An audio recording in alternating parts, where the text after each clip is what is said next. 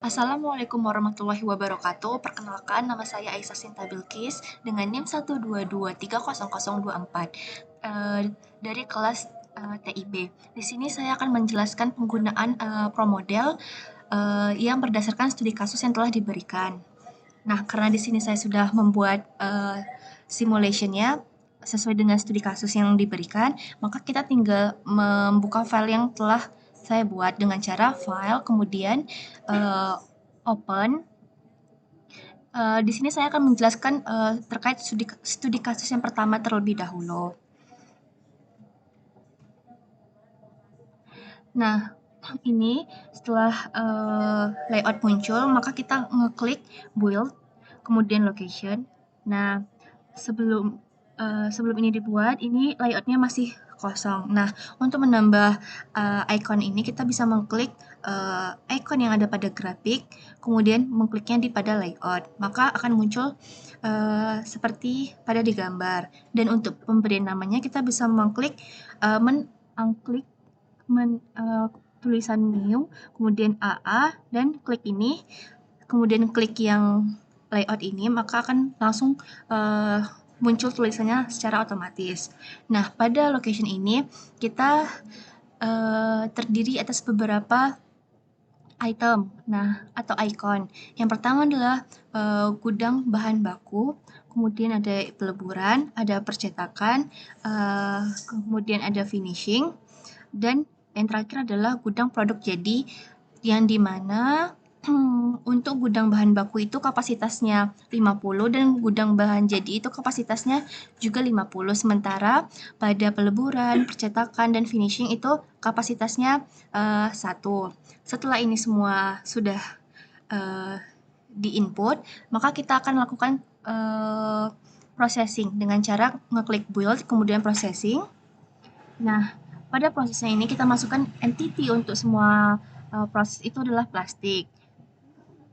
Entity-nya kita ubah plastik, kemudian location-nya kita bisa pilih gudang bahan baku, dan untuk operation-nya ini kita kosongin aja. Nah, untuk routing-nya, output-nya itu berisikan plastik, destination-nya itu kita inputkan peleburan, seperti ini. Kemudian move logic-nya itu kita bisa ngeklik tanda build di sini, kemudian untuk mover-nya, dan ini kita input time-nya sebesar 1,5 min. Setelah ini muncul di time, klik paste. Nah, setelah semua itu selesai, kita bisa meng-close move logic-nya. Selanjutnya adalah ke proses peleburan. Nah, di proses peleburan ini operation-nya berjumlah 6 menit. Untuk routing-nya, output-nya berupa plastik, destination-nya itu kita pilih percetakan, dan move logic-nya itu sebesar 1 menit. Nah, setelah peleburan selesai, kita lanjut ke proses percetakan. Di sini proses percetakannya, proses percetakan operation-nya itu bernilai 2,9 untuk standar deviasinya dan 0,989 itu untuk manual. Kemudian routing-nya itu berupa plastik, dan destination-nya kita pilih finishing, serta move logic-nya ini kita ubah menjadi 1 menit. Nah, setelah langkahnya selesai, kita lanjut ke proses selanjutnya, yaitu finishing. Di sini finishing operation-nya terdiri dari 3 menit, kemudian destination-nya kita ubah menjadi gudang produk jadi, dan move logic-nya kita isi sejumlah 2 menit. Nah, setelah semua ini, dan yang terakhir adalah gudang bahan baku, terakhir adalah produk jadi. Nah, setelah semua terisi, selanjutnya kita pergi ke build, kemudian yang arifals ini untuk melakukan jumlahnya itu, menaruh jumlahnya. Entity-nya kita masukkan plastik, terus location-nya kita pilih gudang bahan baku, dan untuk quantity-nya kita isi sebesar 4, serta occurrence-nya 14, frekuensinya 10. Nah, setelah semua arifals ini terisi, kita bisa langsung mensimulasikan sistem yang telah kita bikin dengan cara mengklik simulation, kemudian option. Nah, pada simulation option ini kita mengganti runtime-nya menjadi 8, kemudian yang menit ini kita ubah menjadi jam serta number of replication-nya tetap 1. Setelah semua terisi sesuai dengan studi kasus yang telah diberikan, kita bisa mengklik run. Nah, ini contoh simulasi yang telah kita lakukan. Nah, setelah selesai kita bisa mengklik yes.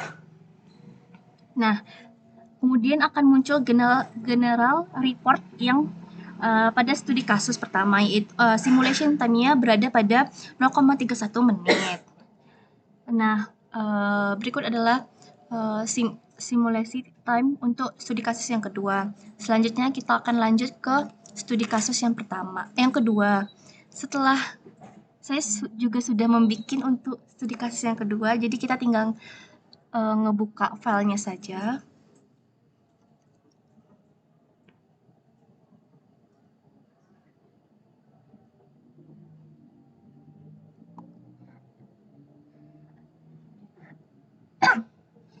Dengan cara buka file atau kita close dulu.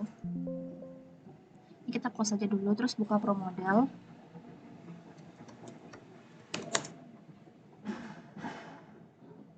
Ini kita klik OK saja, kemudian ini untuk filenya kita pilih Open,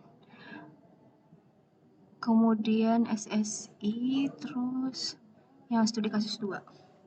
Nah, ini juga sama seperti studi kasus yang pertama, kita mengklik build, kemudian location.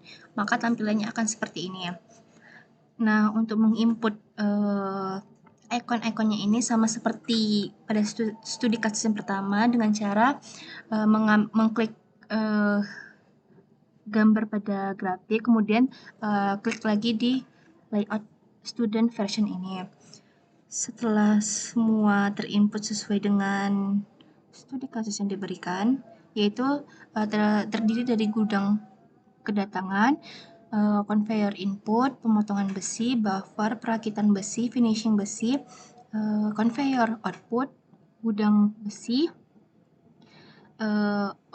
Untuk gudang kedatangan ini kapasitasnya berisi 100, untuk conveyor inputnya ini 15, pemotongan besi 1, perakitan besi 1, kemudian untuk finishing besi ini 1, conveyor output ini kapasitasnya infinite, untuk gudang besi ini kapasitasnya juga 100, kemudian untuk buffer ini juga kapasitasnya infinite.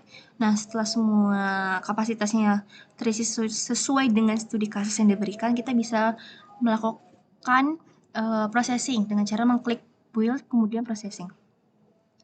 Nah, kemudian kita masukin entity-nya itu semua pada prosesnya itu besi, kemudian location yang pertama adalah gudang kedatangan. Nah, di gudang kedatangan ini tidak ada operation, kemudian untuk routingnya itu outputnya berupa besi, destination selanjutnya adalah conveyor input, dan move logicnya itu sebesar 0,3 menit. Nah, proses selanjutnya adalah conveyor input. Pada conveyor input juga tidak ada operation. Kemudian untuk routingnya itu outputnya berupa besi, destinationnya adalah pemotongan besi, dan move logicnya tidak ada. Nah, untuk proses selanjutnya adalah pemotongan besi dengan waktu operationnya sebesar 3 menit. Nah, pada